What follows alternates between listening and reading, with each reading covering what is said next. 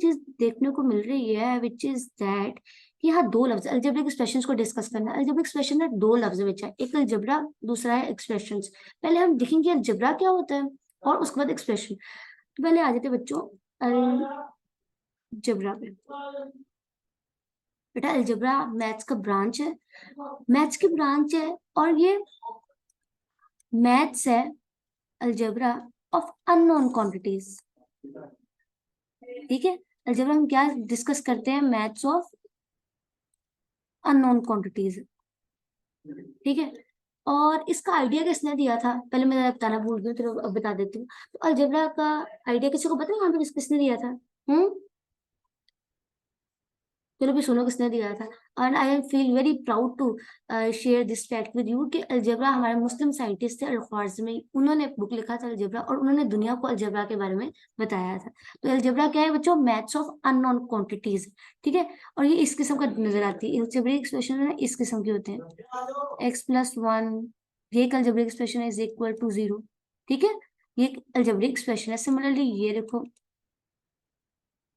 ये भी एक अलजेब्रिक इक्वेशन है। ठीक है बच्चों, अब सुनो, बड़ी सुनने वाली बात है यहाँ पे ना, जो हमारे पास x और y है ना, ये अननोन क्वांटिटीज है, अननोन क्वांटिटीज है, और इन्हें यहाँ कहा जाता है, इस इक्वेशन के अंदर हम क्या कहते हैं प्यार से, वेरिएबल्स। ठीक है बच्चों, और ये जो 7 है इसे आप बोलते हो कांस्टेंट। ठीक है, तो अलजेब्रा में बेसिकली हम क्या करते हैं, हमें होता करना ये होता है कि हम लोग क्या करते हैं, जो रियल वर्ल्ड प्रॉब्लम्स होती है ना, उसको मैथमेटिकली किस तरह रिप्रेजेंट करते हैं अलजेब्रा के फॉर्म में। जैसे मानो एक एग्जांपल करते हैं जो आपको एक चीज रिलेट कर सिखाते हैं। जैसे इस चीज को समझते हैं, ये इस चीज को समझो, ये इस तरह, इसको ना इस तरह समझते हैं। देखो, x+y इज इक्वल टू 17, ये एक अलजेब्रिक इक्वेशन है। ठीक है, ये इक्वेशन हमें कोई रियल वर्ल्ड प्रॉब्लम बता रही होती है। ठीक है, जैसे मानो ये x is my age and y is my brother's age, my bro age, और हम दोनों की एज का जो सम है ना वो 17 है।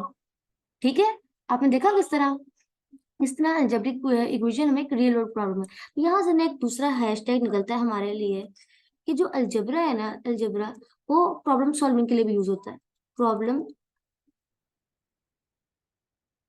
Solving in maths. तो मैथ्स में प्रॉब्लम सॉल्विंग के लिए भी यूज होता है, और अलजेब्रा, और ये इसमें मैथ्स ऑफ अननोन क्वांटिटीज है दूसरा पॉइंट। और ये देखो, हमने ना आपको बहुत ही थोड़ी फजूल सी एग्जांपल दी थी, लेकिन ये देखो आप इस तरह भी देख सकते हो, इसको ऐसे भी समझ सकते हो। जैसे देखो, जैसे मानो ये लो, जैसे y is equal to 10 which is equal to मान लो 30, ये एक अलजेब्रिक इक्वेशन है। ठीक है, तो ये भी कह सकती है कि मेरे पास मान लो मैं हूँ रबिया। ठीक है, तो मेरे पास ना जो नंबर ऑफ पेंसिल है ना वो y है, और मेरे फ्रेंड के पास 10 है, और हम दोनों की पेंसिल की कलेक्शन जो है ना, हम दोनों को मिलाकर वो 30 है। तो अब मैं आपसे कहूंगी मेरे पास पेंसिल y है, मेरे फ्रेंड के पास 10 है, लेकिन हम दोनों की पेंसिल मिलाकर 30 है। तो मैं आपसे पूछ सकती हूँ, मुझे बताओ जल्दी से कि हम दोनों की अगर सम करने से 30 है, तो क्या आप मुझे ये बता सकते हो कि मेरी पेंसिल कितनी होंगी? हम्म, बता सकते हो आप इस अलजेब्रिक इक्वेशन को सॉल्व करके देखो। 30 यहाँ, 10 वहां जाके हुआ माइनस, तो इट मीन्स कि मेरे पास कितनी पेंसिल्स थी? 10, 20। समझ आई बच्चों, ये सारा पॉइंट है। अच्छा ठीक है, यहाँ से ना एक और चीज समझते हैं। अब सुनो, अलजेब्रा क्या था, मैं थोड़ा पॉइंट्स लिखवा दूं फिर हम वापस आएंगे। ठीक है, तो अलजेब्रा था मैथ्स ऑफ, यहाँ से कलर चेंज करते, कलर चेंज करते बिकॉज, ठीक है, नजर ही नहीं आ रहा। हाँ, तो ऐसी कोई बात नहीं, अभी हम चेंज करेंगे तो वैसा ग्रीन बेहतर रहेगा। हाँ देखो, ये क्या है, मैथ्स ऑफ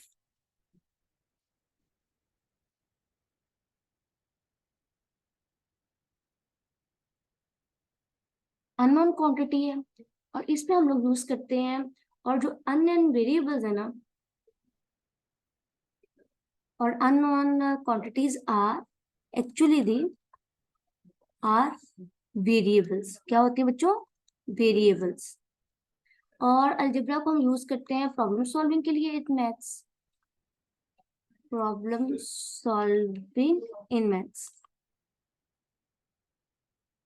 ठीक है, और इसके कुछ एग्जाम्पल भी मैं आपको लिखवा ही देती हूँ। तो लिख लो, जैसे ये लो, x+7 इज इक्वल टू 0, या फिर x+y इज इक्वल टू 6। ये सारे अलजेब्रिक रिलेशंस हैं, ठीक है। जैसे x² + 1 इज इक्वल